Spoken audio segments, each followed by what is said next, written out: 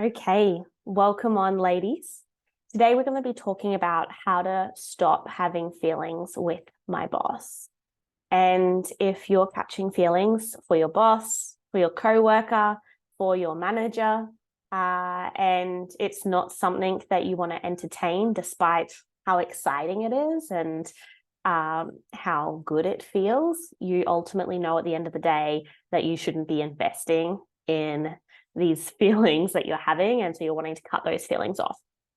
And so we're going to be talking about 3 ways on how to stop having a crush or stop having feelings for your boss, so that you can move forward and ultimately not be tapping into a box that is going to get messy in the long run. Your boss might be married, or your coworker or your manager, whoever they are, might be married or might be in a relationship. So if they're already in a relationship, you know that ultimately it is going to get messy down the track. And if we can support you in stopping that early on, then ultimately you're going to not be stepping down a messy road. And if you're new to this channel, then I personally caught feelings for my boss when I was in the workplace, and I got into a 7-year relationship with my boss. And obviously that was an affair, infidelity type relationship, and it was a secret. And I was walking on eggshells and remaining this secret relationship in the workplace, and it doesn't feel good. There's for sure highs, and there's this fun in this secrecy, or in this a lot of this uncertainty. But at the end of the day, uncertainty can be fun for in doses. But uncertainty long term just completely knocks us off our stable ground, and it doesn't feel good in the long run. And so it's important to not get swept up into these feelings of excitement when ultimately it might not be what you're looking for. If you're looking for something stable, consistent, someone that can fully commit to you, then having feelings for your boss or your manager who is in a relationship is ultimately not going to be an ideal situation to put yourself in. So what are the 3 ways that we can stop having feelings for our boss? The first one is stop feeding the vibe, stop feeding the chemistry that you have. And I want you to think about this as a line in the sand. And every time you entertain the connection with him in a flirty way, that's feeding it. And every time you step over that line, whether you give him an extra long look or a playful smirk, you notice your body is vibrationally investing in the feelings that you have for him. And so it's important for you to set a boundary there on not stepping over this line where we are feeding the chemistry. Every time we feed it, the feelings get more. And so it's important for you to ask yourself, is this feeding it? And if it is, to step back from feeding it. The more that you step back from feeding it, the less it becomes enticing, because it's not something that you're fueling. So that's step number 1. Step number 2 is get clarity. So communicate how his actions or the situation is making you feel.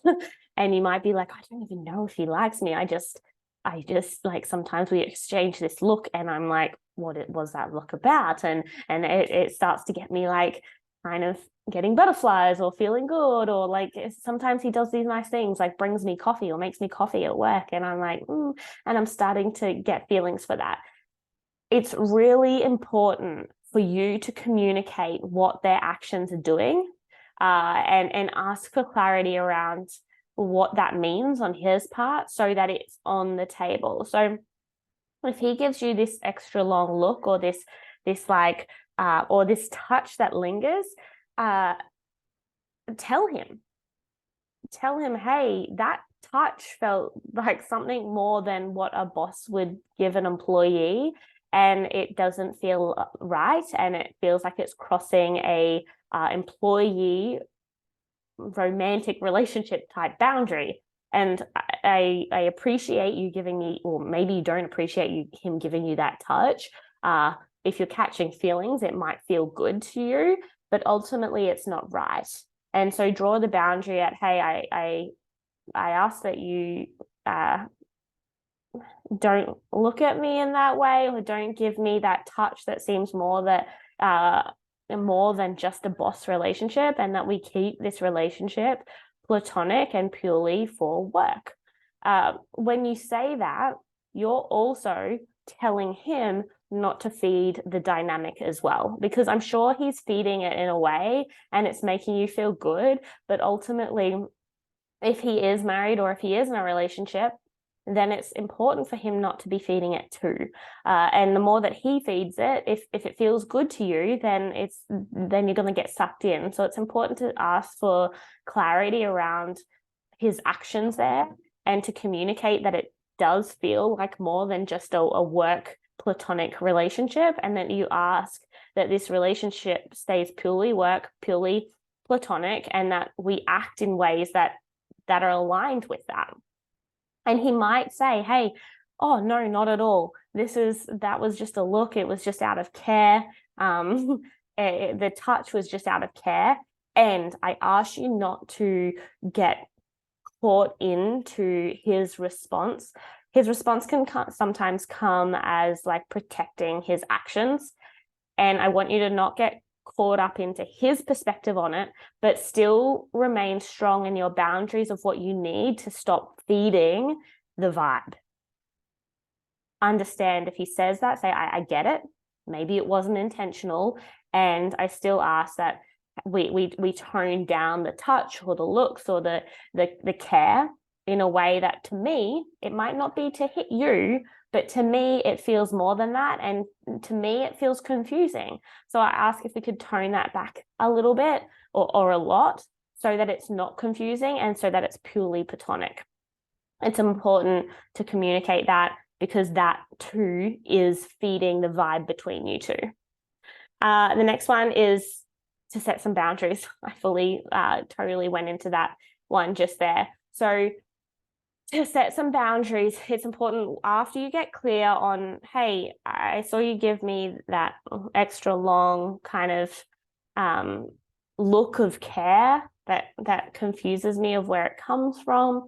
After you get clear around where he's coming from in that, set some boundaries. So what I was just explaining before, ask, hey, I appreciate you bringing me coffee every morning, and I don't see you doing that for other employees. And to me, I take that in the more of a caring way that is more than just an employee relationship. And I don't want to get confused by that. So I appreciate you bringing me coffees.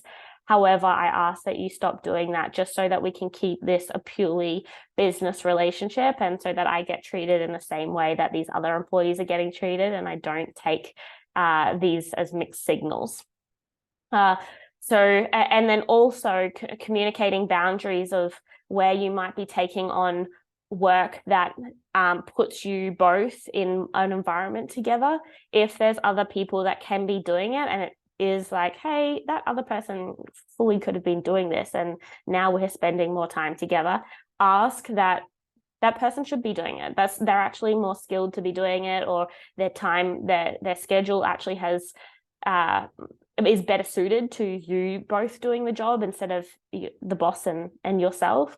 And so make sure you notice those things and put boundaries on, no, that person should be doing it, so that I can keep working in this area that I'm invested in. So just and I really notice there where the boundaries are leaky to a workplace relationship and something that's more than that. If you notice yourself spending more time together in the workplace and he's delegating certain jobs that put you together, set a boundary there. I know if you get along, you'll want to spend time with him, and it will make work really fun and everything like that. It will get you closer though to him. And I know you want to be closer to a degree because you're catching feelings for him. However, it does end up messy. I was in a 7-year affair. I get how messy it can get. So I really encourage you to listen to your intuition of wanting to tone down the feelings and stop the feelings. And that comes with you drawing boundaries around how much you're investing in these feelings. And that will mean toning down where you spend time together at work. And that might not mean that your work is as fun. However, it's really important if you're Googling right now how to stop catching feelings or how to stop crushing on your boss, then it's important for you to follow through. I'm getting sweaty. It's important for you to follow through with those actions of investors, to draw boundaries around investing in this connection in a romantic way, flirty way. So they are my 3 tips on stopping catching feelings with your boss or your coworker or your manager. It happens, and it happens a lot. And if you feel like you're the only one right now, it is very normal. And affair dynamics in the workplace are very normal. It does not mean that it is healthy for you to continue participating in it. It does lead to a lot of pain and ultimately a lot of mess.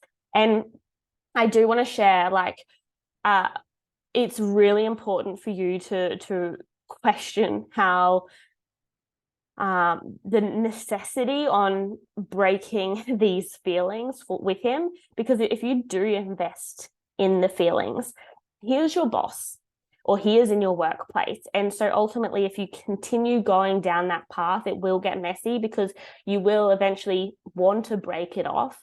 But however, it's in the workplace, and it becomes a lot harder to break off workplace relationships when he is your boss, when he is giving you directions, and then ultimately you're also going through a breakup, but he has this a power over the dynamic because he is in the leadership role. It makes it incredibly messy. So I do really encourage you to listen to any intuition that you have around stop investing in the feelings and take as much action in not stepping over that line of feeding the feelings. So I hope that helps. Bye for now.